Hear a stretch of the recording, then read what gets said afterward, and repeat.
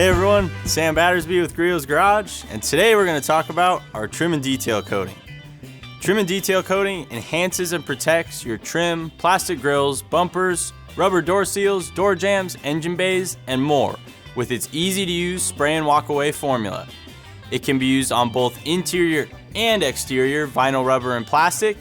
Its easy to apply formula evens out highs and lows as it dries, preventing the need for additional buffing after application.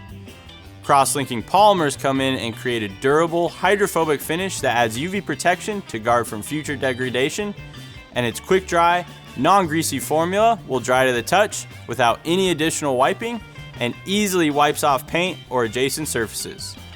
Darken and restore your finish back to its original color, and it can even be used on any color trim, not just black. If you found this video helpful, give us a thumbs up, and if you haven't already, please subscribe. You can also follow us on Instagram and Facebook, or check out our website at griotsgarage.com.